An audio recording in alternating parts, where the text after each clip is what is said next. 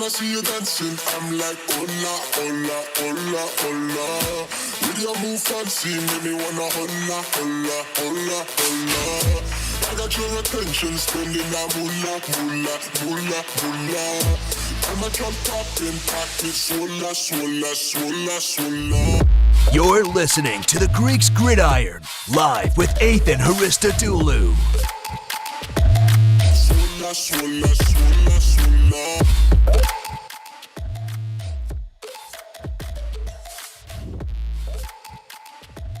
Swola, swola, swola, swola.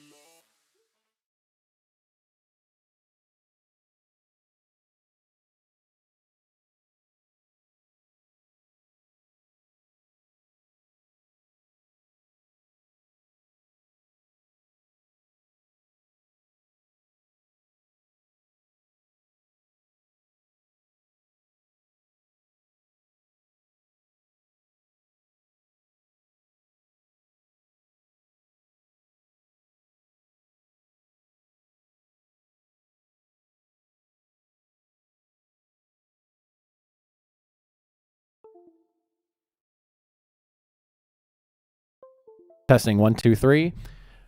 My favorite thing is when my mic doesn't work. Good afternoon, everybody. My name is Ethan. Welcome to the show, the Greeks Gridiron.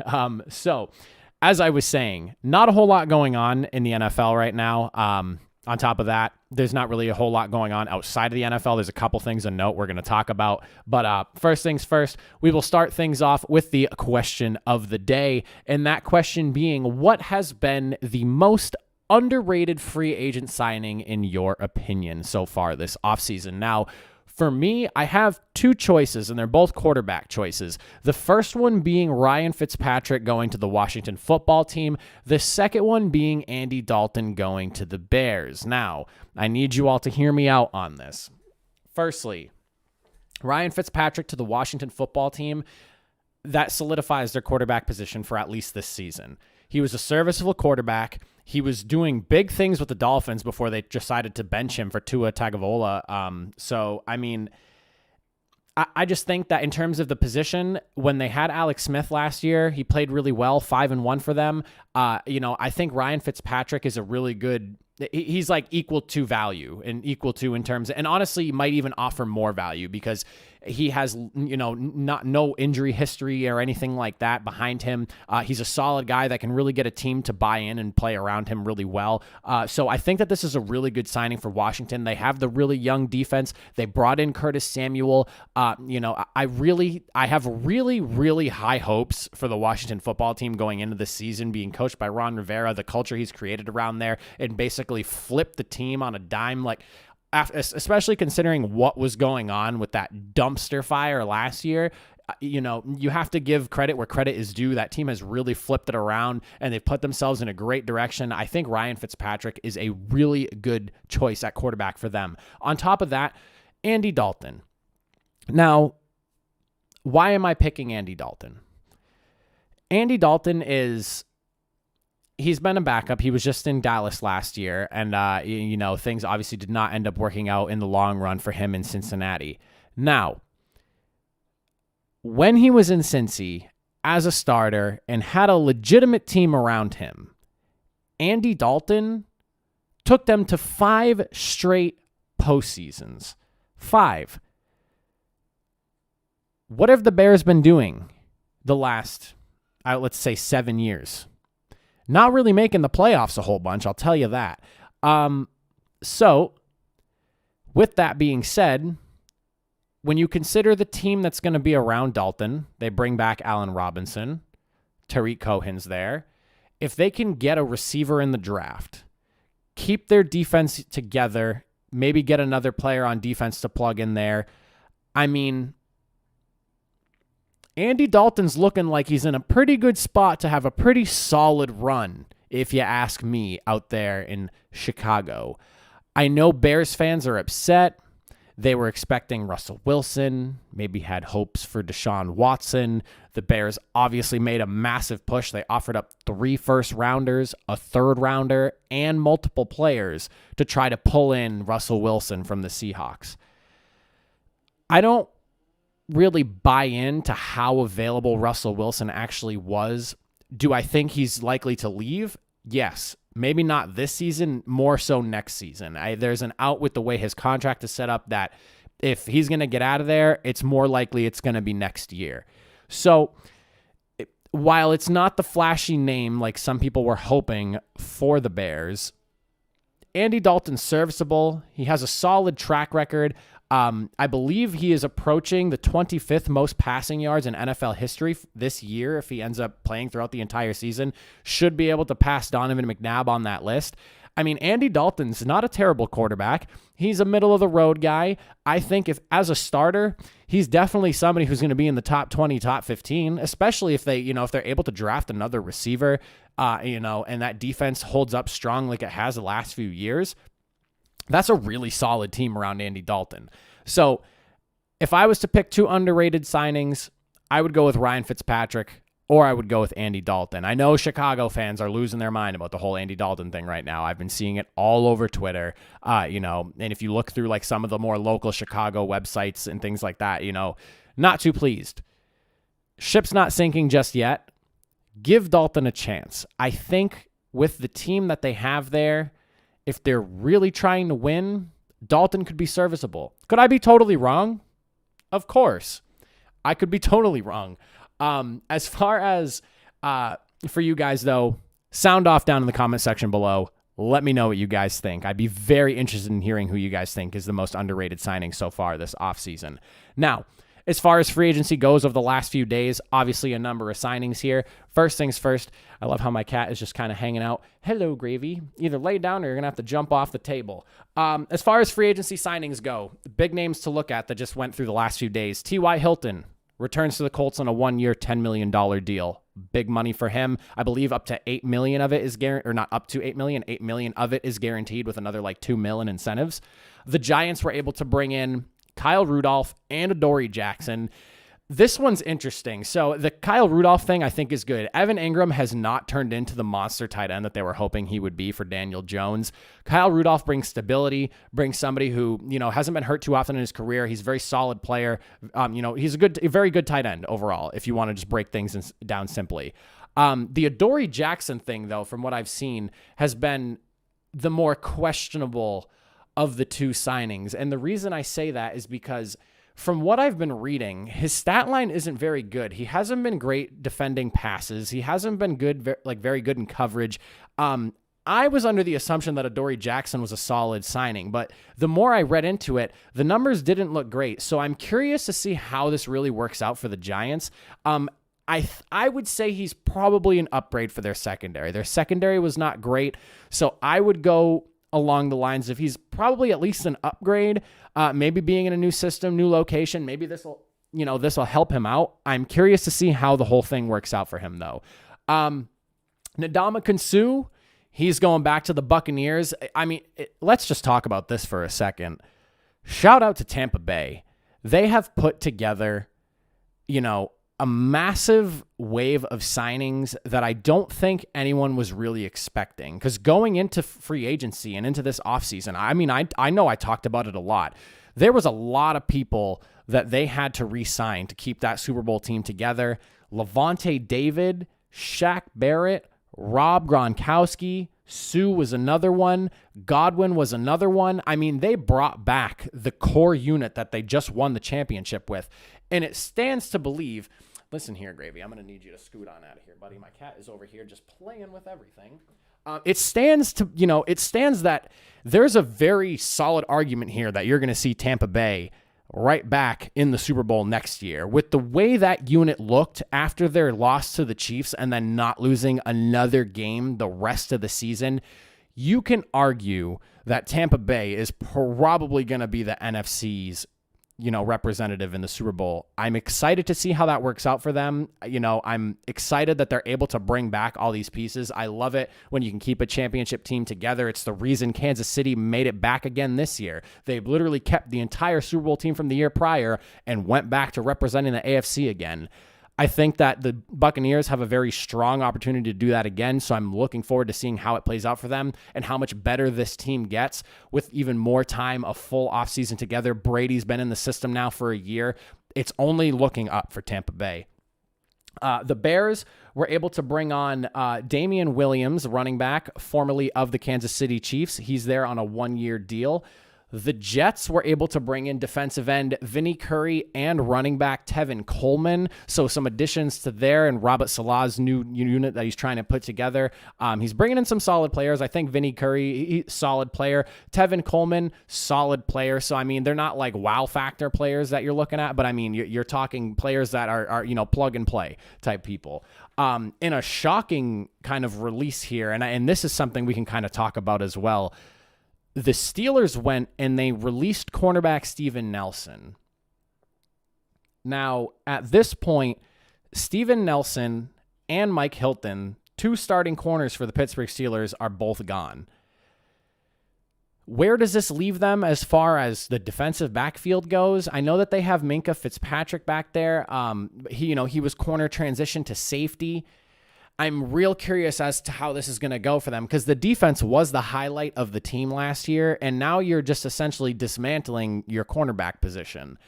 Unless they're planning on focusing this in the draft, maybe, there are some cornerbacks out there that are still available, and we'll actually get into that in a second. Maybe they try to bring him in on a restructured deal. I don't know. I'm very curious to see how that works out for Pittsburgh because you kind of took something that wasn't broken and you couldn't keep it together, but then you're releasing somebody, so you're trying to fix it? Like, I don't know, it just doesn't really make sense to me.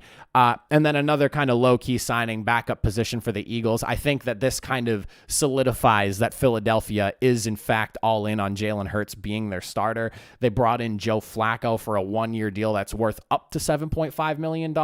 It has like a $3.5 million base starting, and then from there it can go up, I'm assuming, through playing time and things like that. But that makes me believe that, bringing in a veteran like Joe Flacco, who's won a Super Bowl, he was on a winning team for a long number of years back in Baltimore when he was there with John Harbaugh. So you have to believe that this is more of like the veteran quarterback behind him, being the mentor type deal. Flacco is, continues to just kind of make money as the backup doing his thing.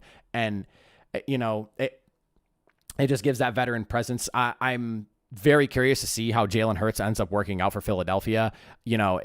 This was a kind of I understand the relationship with Carson Wentz was broken. I just don't know about Jalen Hurts. I think he played well last year in the time he had. I don't think he played great. He played well.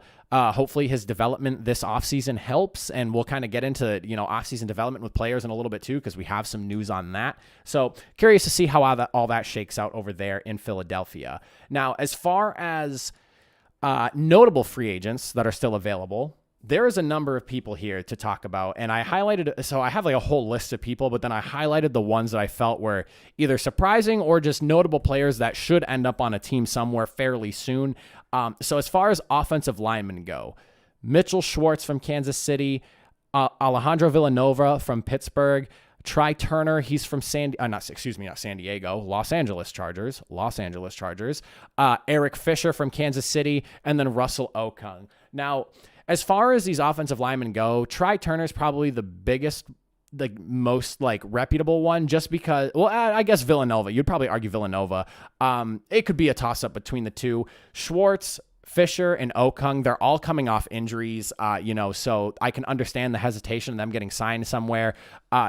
Mitchell Schwartz, though, when healthy, is a top-tier right tackle, so you have to believe a team at some point, maybe if they don't get signed before the draft, post-draft, once kind of the positions are filled and the team needs are, we still need this or we still need that is kind of being decided, Schwartz is probably going to go somewhere. Okung has been a guy who has been on 4 different teams in the last, I believe, 4 years. So he's kind of just like a plug-and-play left tackle. But handful of linemen still available. The edge rushers and linebackers that are still available, a lot of big names.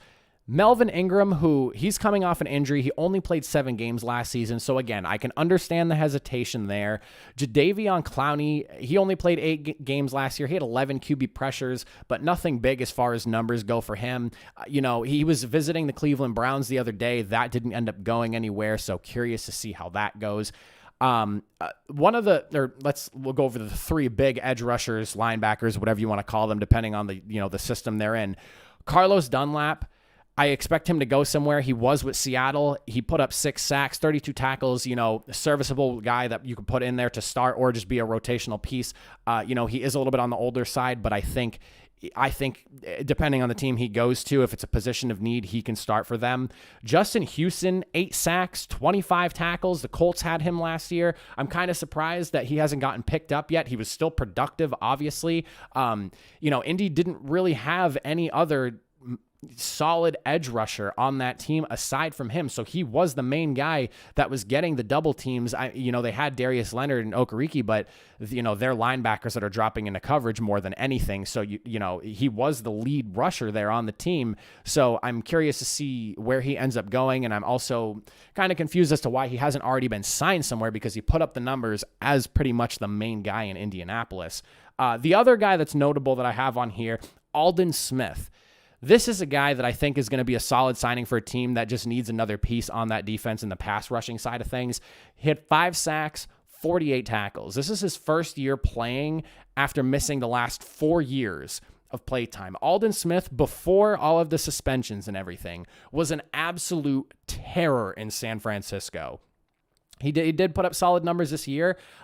It seems like he's been able to put all of his past demons behind him and focus back in on football. I'm excited for Aldon Smith. I would love to see him on a playoff contending team, because I think he's one of those guys that, he might not be the star player he once was, but he's a piece that you can plug in, whether it's rotational or, maybe for just like those pass rush scenarios where you really need to get to the quarterback, you can throw him in there and he still has a presence and can still get to the quarterback.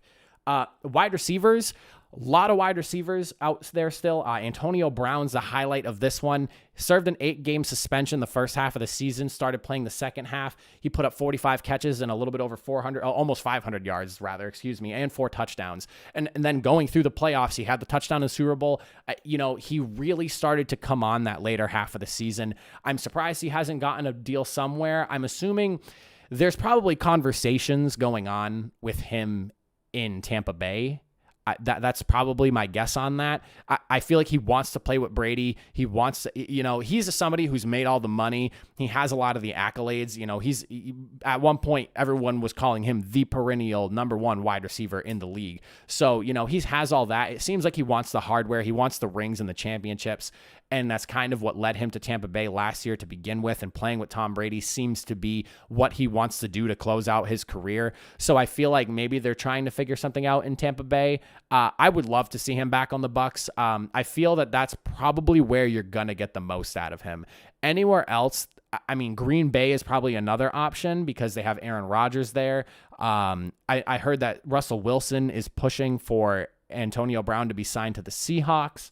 That's another location I think could work out well for him. But I think in terms of getting the most out of him, you're probably going to need him to be in Tampa Bay with Tom Brady, because from what everyone was saying, with Tom Brady being in everyone's phones day in and day out leading up to the Super Bowl, we're going to win this game, blah, blah, blah. I feel like, not that he needs that motivation, but it only helps his situation to have somebody like Tom Brady just, constantly there to, egg him on and be the best player that he is. As far as other wide receivers go, Sammy Watkins is still available. He had a visit with the Colts the other day, didn't end up getting signed there. He played 10 games, 37 catches, 421 yards, 2 touchdowns. A down year for him, wasn't able to play as often as he wanted to, injuries, things like that. Adam Humphries is another guy, 7 games played, 32 catches, only about 200 yards, and then he had a couple scores himself. So no massive wide receiver still available outside of Antonio Brown, if you would even argue that as a massive name still on the market, but still very solid, serviceable wide receivers who are reliable when it comes to catching the football. Injury history is probably the only thing. Antonio Brown's as long as he stays, on the right path and he's good to go, he's somebody that could upgrade any wide receiving core, at least being a number 2 guy, if not being their number 1. As far as defensive backs go, Richard Sherman's out there. 5 games played last year. He had an injury, only 1 interception. Malcolm Butler. Surprisingly enough, Malcolm Butler still hasn't signed anywhere. And when I was going through the notable remaining free agents, when his name came up, I realized, he hasn't been signed somewhere. And it doesn't make sense. He has 4 interceptions last year and 100 tackles. He was everywhere. That's production. I'm curious as to why he hasn't been signed anywhere. I don't know. I know things didn't, I don't, well, actually, no, I don't know that. I don't know if things ended poorly in Tennessee and that's why they're not bringing him back. But I mean, solid player, 100 tackles, 4 picks. I mean, that's a playmaker. That's somebody who can put up numbers and I feel like would fit in and upgrade any defensive back group that he goes into. So surprised to see that he still hasn't gone anywhere. Mackenzie Alexander is another guy, 13 games played. He had a pick, obviously not as many plays made, but a serviceable cornerback for the Bengals.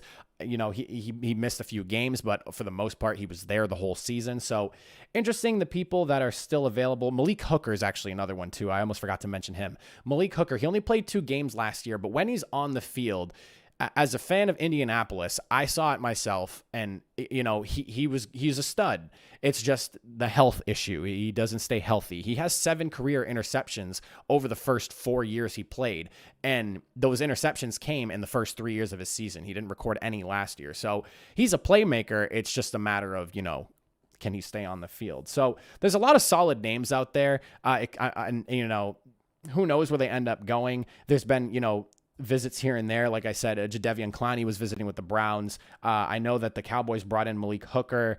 I still cannot believe Malcolm Butler's not signed anywhere. I don't understand what's going on there with that. Antonio Brown, again, probably just a thing with Tampa Bay where he wants to stay there. Aldon Smith and Justin Houston, those are the other two that, I fully expect to be somewhere sooner rather than later. They put up numbers, especially when you argue the case for somebody like Justin Houston, where, he was the lead rusher for the team. So, 8 sacks, that's solid production there. He didn't have the tackles per se, only 25, but I mean, his job was getting to the quarterback more so than anything else. Outside of free agency stuff, we do have some, I guess, money news per se that we could talk about. Josh Allen's contract is going to be up in a couple of years, but obviously, you have to believe he's not going anywhere from the Bills. This actually just came out earlier. I want to say a little over an hour ago. GM Brandon Beane came out and he said himself that he wants an extension that works for both him, as in Josh Allen, and for the team. I do have a pretty big quote from him in the interview he had. He said, quote unquote, "I hope that we can get him done, if not this year or next year. You don't want to get into the franchise tag and all that stuff. We've obviously seen how that worked out with Dak Prescott. That was a mess for a couple of years. He's signed now, but that was a literal circus out in Dallas for the 2 years that was going on." Continued on, "It's a tool that you use if you have to keep a great player, but at the end of the day, we want Josh here for the long term. We want him to be happy, and obviously we want it to be a deal where we can still put talented players around him because Josh is a competitor." So it sounds like he's looking for a semi-team friendly deal. Josh Allen's going to be in line for a massive deal. I think, over the last 3 years, he has shown the progression you want to see. He came out of the draft as more so of like he has all the raw physical tools. They just had to mold him into a quarterback. And from what it sounds like, he's done a lot of work. I know last offseason, like he did something where, they hooked all these things up to his body and kind of like it broke down his throwing motion and how he needed to improve it. Like he's done a lot to become a better quarterback. And the improvement has clearly been there. And on top of that, like leading the Bills to the AFC Championship, 13-3, I mean, you can't argue against his numbers, against his track record. He's improved year over year. And when you argue why the Bills didn't get over the hump, I would definitely not put it on Josh Allen. I'd put it on the fact that the Bills have literally 0 run game and they need to work on that. So curious to see how this ends up working out. A team-friendly deal would be ideal. In my opinion, I'm amongst the group that the way the quarterback market works right now is totally broken and anti-team building friendly.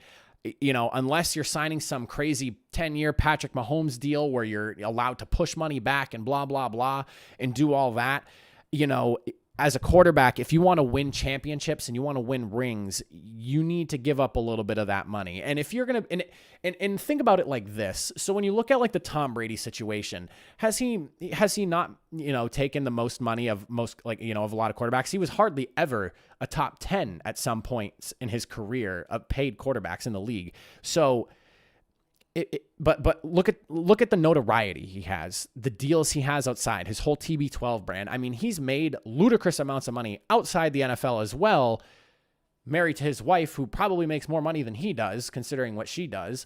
So it's like, money can still be found if it's not coming from the NFL. When you're the face of like look at Aaron Rodgers and his State Farm commercials, and Patrick Mahomes too. Like he could easily take less money and then sign commercial deals like that and be paid tons of money if the Bills are Super Bowl contenders. He wins a championship or two. I mean, with success in the NFL, you build a brand for yourself and you become a valued asset to companies that want to advertise things and use you in their commercials. So take a little less money and then allocate that to the rest of the team, and you can find the rest of the money elsewhere. The Bills have such a good opportunity to be so good for at least the next handful of years, and it would suck to see them just go down the drain because they hand way too much money to Josh Allen and they can't build a team around him. And it sounds like the GM wants to do that, so I'm hoping that that's the way that they go and they're able to get Josh Allen to agree to either a little bit less. The salary cap is going up, so that's also something to keep in mind. I was looking at projections. People are thinking within the next 4 or 5 years, $250 million cap space. So whatever gets signed now might not even be that much money in terms of where contracts could go in the next few years. But I really hope that the Bills don't cap strap themselves just because they want to keep Josh Allen there. It would be smart for him and his legacy, if he wants to truly have one, to, leave some extra money around for the Bills. What else? On top of money conversations, because that seems to be the topic for what we got going on today, the Washington football team, some big news with this. So Dan Snyder is reportedly buying out the other 40.5% of ownership from the small investors that they had over for the Washington football team. The finance committee for the NFL approved a $450 million debt waiver for him. So the speculation that I've seen gone into this is that either he's just trying to get rid of everybody else so he doesn't have to listen to anyone in terms of ownership, because last year was obviously a firestorm in Washington. B, it's that he's prepping to just have complete ownership of the team so he could sell it off to somebody like Jeff Bezos, because I know he's interested in buying a team, and that got linked together at some point earlier in the year, which honestly, if Jeff Bezos is buying a football team at this point, what does he not own? It's pretty crazy. But yeah, I guess ownership has to vote for this. So the owners are voting this weekend. I believe the NFL owners meeting or summit, whatever it's called, is this weekend. They're voting on a bunch of stuff like rule changes. This is another topic. He needs 24 of 32 votes to gain complete control of the team for this to be signed off. From what it sounds like, this is probably going to happen. I would be shocked if it didn't, just because of the fact that the way the owners work, they don't want to be undermined in what they do. So regardless of how it looks to the outside, him having complete control of the team gives almost credence to the rest of the owners in the league too, because they're in complete control, that kind of deal. I expect him to be the complete owner after this weekend. On top of that, Washington's also potentially going to keep their name. So when I was reading about this, I was a little surprised. But at the same time, I have kind of grown to like the whole Washington football team thing. Do I think that their logo could get a little bit better? Maybe, but I also like the logo at the same time. It's a really weird thing where it looks almost like it doesn't belong in the NFL, but it's so old school and retro looking, and it almost has kind of a college feel to it as well, that I like the difference in it. I feel like the NFL's look has a mold to it at this point, and this kind of breaks the mold, and I'm almost a fan of it. I like that they were able to keep everything for the team as far as uniforms go, just the slight modified changes. I love the numbers on their helmets, the way that looks. They have such an old school, classic throwback look to the uniforms. I'm a big fan of the way the Washington football team looks now. And is it a mouthful to say? Sure. But at the same time, I mean, it doesn't eliminate the history of the team because it's still Washington's football team. Jason Wright, the president for the team, he actually came out with a little, not a statement, but he was talking about this. And he said himself, there are a set of folks that have warmed to the Washington football team. I would put myself in that category. He continued to say, some of the things that are emerging from that are the Washington football team has something that ties deeply to our history. It feels like that it isn't jettisoning all the things that we have been in the past, whereas something that's completely new might feel that way. So with that statement and the rumors that are flying around, we could very well just be calling the Washington football team the Washington football team. I'm for it. I mean, I would it be nice if they got like a team name? I know that, they have like suggestions going on right now. The Washington football team actually announced on that April 5th is going to be the deadline for name suggestions. They've been taking them in on like a website that the team put together for a while. So they're taking suggestions until April 5th. They're obviously still considering the idea, but it sounds like there's a lean heading towards just keeping the name outright. And if there ends up being a name change, I guess it's been stated that they plan on doing it sooner rather than later. So I'm assuming once this whole suggestion thing closes out, there's probably going to be some decisions made within the next like couple of months where they're going to either opt with staying with the team name or they're going to actually, rebrand and go with something else completely. My hope is that if they do go for a new name, keep the uniforms, keep the colors and everything, because it holds like the history of the team. And you can obviously put all the controversial things behind, but it still holds the team together. I'm a big fan of like when teams would relocate and just keep everything the same. Like the Colts were a team that moved. Not the Tennessee Titans. Well, no, because they were the Houston Oilers a long time ago. But teams like the Chargers, the Rams, Raiders, like they relocated, but they kept the team history kind of still intact by not changing the name or anything like that. I'm a fan of that. So if they do opt to change the name, I really hope that they keep the name, they keep the whole like Washington football team look. They just, swap the name to whatever, keep the color scheme and the uniforms and what have you. Outside of that, another piece of information that came out, we're just talking money today, I guess. The Superdome is going to be changing its name potentially within the next few weeks, I'm guessing. So the New Orleans Saints, they're closing in on a $200 million deal to give Caesar Entertainment Inc. the rights to naming their stadium. Right now, currently, it is the Mercedes-Benz Superdome. So I'm assuming the name's Caesar's Superdome, Caesar's Palace Superdome. I don't know what it's going to be something Superdome, I would guess. It would be really cool if they just named it Caesar's Palace outright, but it's the Superdome, so I don't think that they're going to change that. I would love to have that as the name, though. I think that would be pretty cool.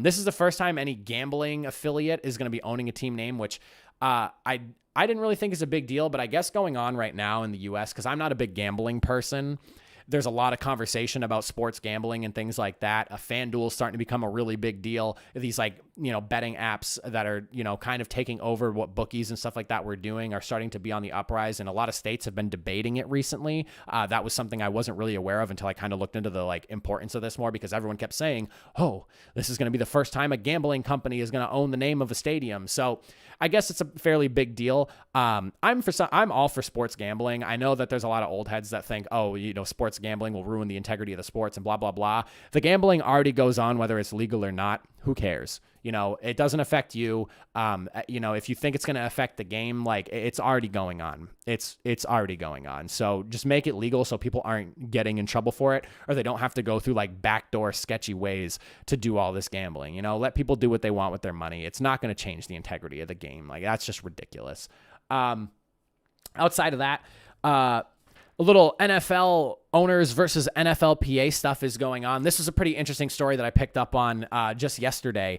So with everything that's been going on just last year, the NFL had a completely virtual offseason. Now, what's going on currently, players, the NFLPA, that side of things, is arguing that they want to have another virtual offseason. It sounds like everyone was a big fan of it, especially the players, because they don't have to kill themselves through those hot months of June, July, August, when they're getting all ready for, the season, mini camps, things like that.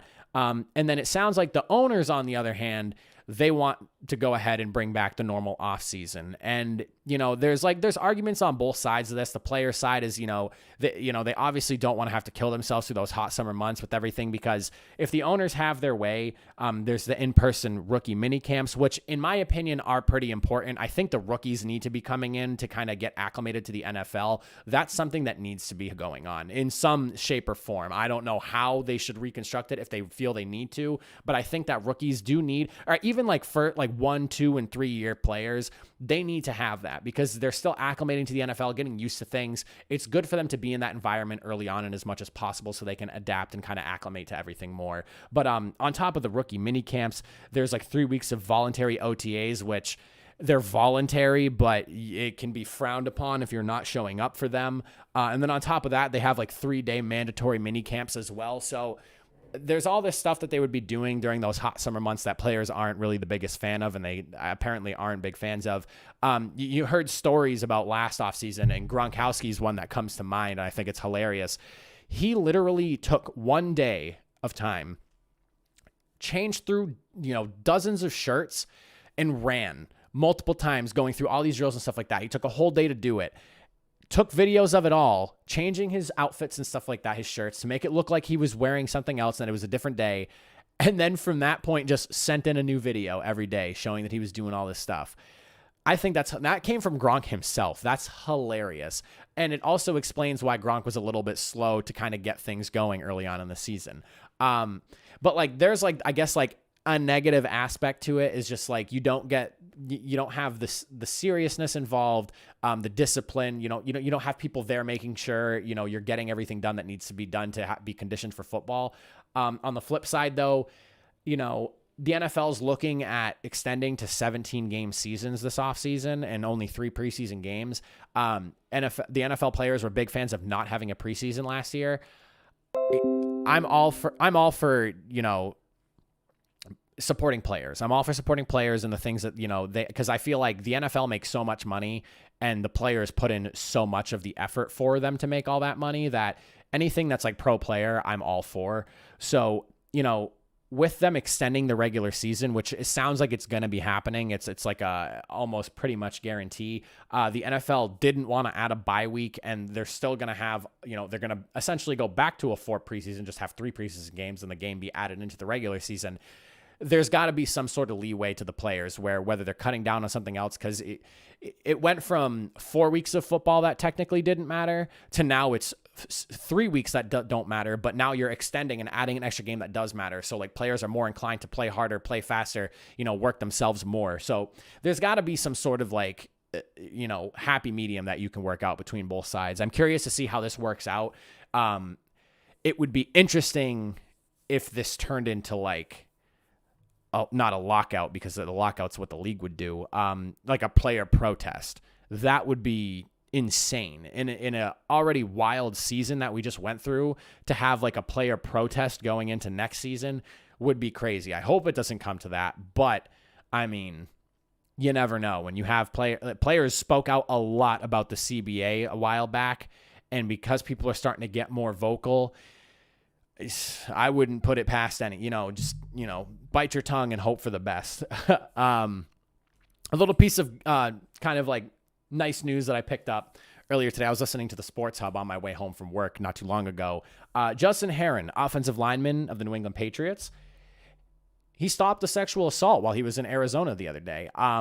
Which it's crazy how he explains the whole situation, because he explained it as, it's 11 a.m.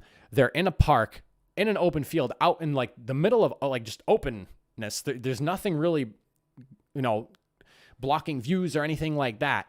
He said that he essentially yelled at a guy and just ripped him off, a 71-year-old woman that was trying to sexually assault her.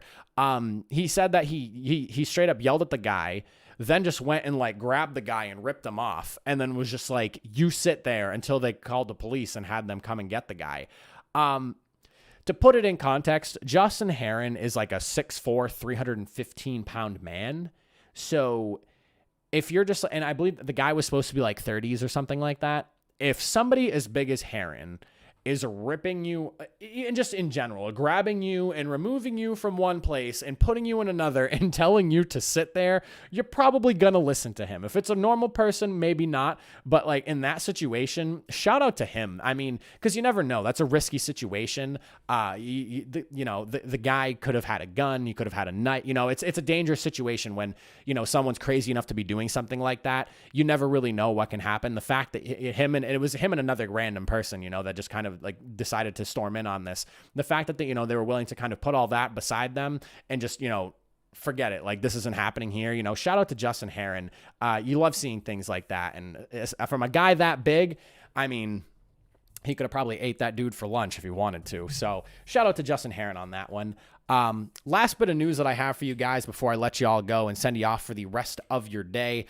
This is some news that came out from the Fan Controlled Football League, and it has me very, very excited. So Fan Controlled Football League just wrapped up their season last weekend. Wild Aces took up a big win, 46-40. Last play of the game, massive. They just announced on this little tweet here on Twitter yesterday, and it's not really an announcement because it was like a question to, or a response to a question somebody had on another tweet, that they're planning on, I almost just lost my train of thought there. They're planning on having another season in the 2021 year. Now, this was something that I talked about the other day, because they had been calling it season 1, not the 2021 season, but they'd been calling it season 1, which led me to believe that this is going to be more of like a seasonal thing as opposed to a yearly thing. And this tweet right here kind of proves the idea. They said themselves, exact dates TBD as we are evaluating multiple venues, but you'll see more FCF games in 2021. I'm excited for that. You know, I was really hoping that we weren't going to have to wait an entire year to see more FCF football. It was only a 6-week season because they had the 2-week playoffs. Yeah, it was only a 6-week season. That's something you could do 1, maybe even 2 more times through the year. And depending on when they line up scheduling, they could even do it during the NFL season, which sounds like, why would they do that? But their play time was, I believe, 8 and 9:30 p.m. Eastern time on Saturday nights. Aside from some bigger college games going on, potentially, that late into the night, you don't really have a ton of competition with other football going on. The NFL doesn't have Saturday games, and depending on who's playing college ball that night, I mean, college ball is so minimized to, unless it's really big teams playing, like just the market that is like really looking into that game, like the people that are actually fans of that team, that they still have a very solid opportunity to just gather a big audience during the NFL season regardless. So this is exciting to me. I'm excited to talk about this more. You know, I really hope it starts within the next maybe like couple of months. You know, if they try to get another, you know, season in through the summer, that would be something that's really exciting because there's a lot of dead time where people are just talking about OTAs and off-season stuff. And if we don't even have an actual off-season, if the NFL does decide to go virtual again, there's going to be nothing to talk about. So I would be a big fan of the FCF running another season through the summer or something like that. But that's pretty much it. I don't really have too much else to talk to you guys about. As far as running it back for the question of the day, I'll ask you guys again, what has been the most underrated signing so far in this free agency period?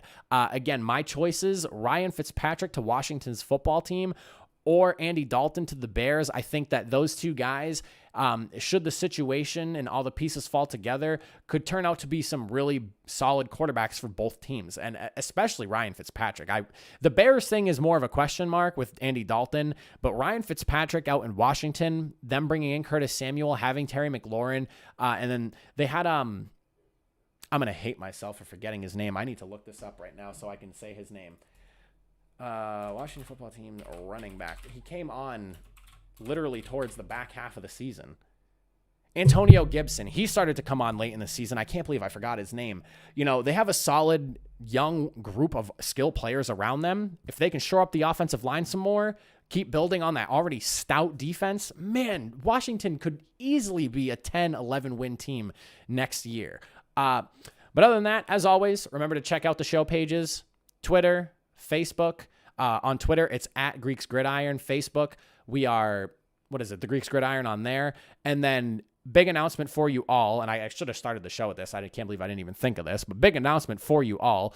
I have expanded where you can listen to the show. We are now available on Spotify, Google Podcast, Stitcher, TuneIn, Podcast Addict, and like a bunch of other smaller podcasting sites that you can go to or download apps to listen with. So if you're somebody that maybe you can't listen to YouTube with your phone, because I know that this is not the most ideal place for just listening to audio if you're somebody who just likes to listen, but you can get it on any of those apps now and listen to us there. I have a lot that's going to be changing within the next few weeks. I'm going to be bringing on some new team members. We're going to be expanding the content out a little bit. I'm going to be doing some more like offline recorded stuff that I will just send out to you guys on like a daily or bi-daily basis. Just kind of depends on how the recording dates and everything go. But we're going to be doing a lot of big things within the next few weeks and a lot of changes. I'm really excited to be bringing the people on that I'm bringing on, a lot of knowledgeable football fans, because the show is a show by fans for the fans. So I'm excited to really expand on that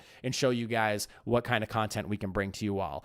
But other than that, enjoy the rest of your Thursday, everybody. As always, my name is Ethan Haristodulu, and I appreciate you all for watching. Enjoy the rest of your night.